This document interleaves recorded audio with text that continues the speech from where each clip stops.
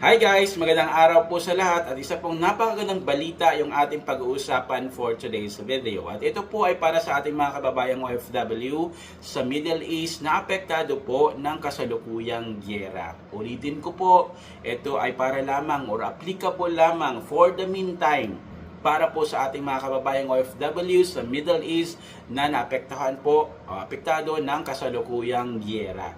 Kasi meron pong inaprubahan si President Marcos na special benefits package ng pag-ibig para po sa inyo.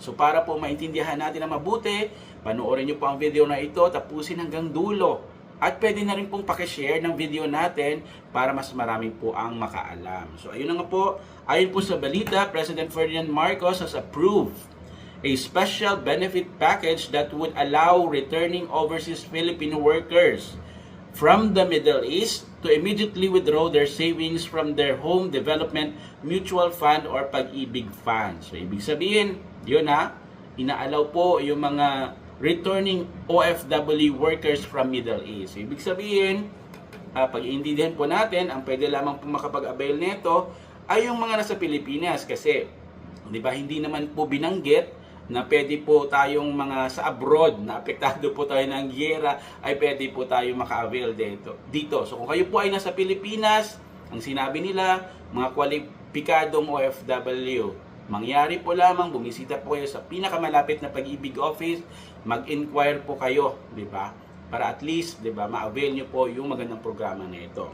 And then, pwede nang i-withdraw ng mga qualified beneficiaries ang 100% ng kanilang regular savings kasama ang employee share, employer share at dividends earned kahit hindi pa sila umabot sa 20-year na maturity. Ayun po yung ating regular Pag-ibig savings. Ganun din po guys, kung kayo po ay OFW sa Middle East, sa Pilipinas ngayon, 'di ba? Na naapektuhan nga po ng kasalukuyang gyera, at kung kayo naman po ay may savings diyan, MP2 savings, yung modified Pag-ibig savings.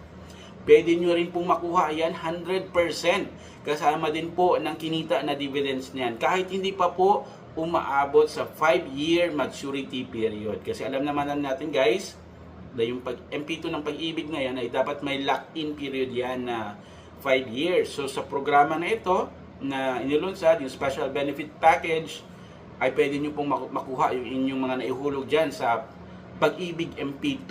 100% makukuha nyo kasama yung dividends, di ba? So syempre marami din po sa ating mga kababayan yung nagre-react. Bakit nga po mga OFW lamang sa Middle East, di ba, ang kasama sa special benefit package na ito kasi syempre naman lahat naman po tayo ay naapektuhan. So abang-abang lang po tayo. Hindi natin alam guys, 'di ba? Malay mo sa susunod na mga araw or linggo ay i-expand nila, 'di ba, yung sakop ng programa na ito, and it would cover, 'di ba, yung iba pa po na mga marginalized sectors natin diyan. At para po mas maunawaan pa po natin yung programa na ito, panoorin po natin yung video ng announcement ni Attorney Claire Castro. Marami pong salamat guys.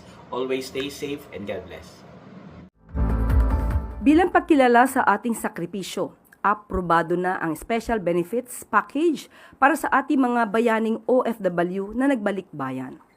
Ito'y alinsunod sa utos ni Pangulong Ferdinand R. Marcos Jr. na ilapit mismo ang tulong ng buong pamahalaan sa mga kababayan natin na kinakailangang umuwi dahil sa gulo sa Middle East.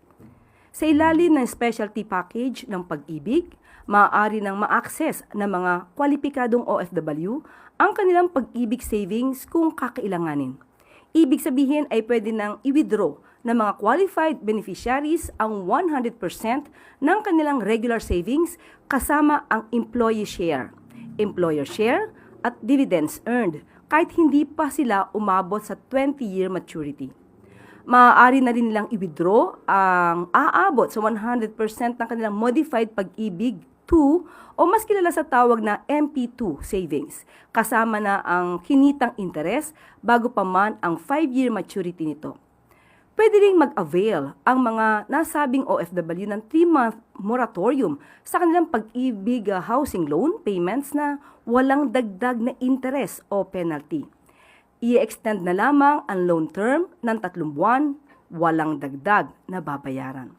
Ayon sa Human Settlements and Urban Development Secretary Jose Aliling, napapanahon ang benefits package na ito upang makabangon ang ating mga bayaning OFW na lubos na naapektuhan ng tensyon sa gitnang silangan. Bayanihan para sa ating mga kababayan, iyan ang nais ni Pangulong Marcos Jr. para siguruhing walang Pilipinong maiiwan sa kabila ng mga hamon na sama-sama nating hinaharap.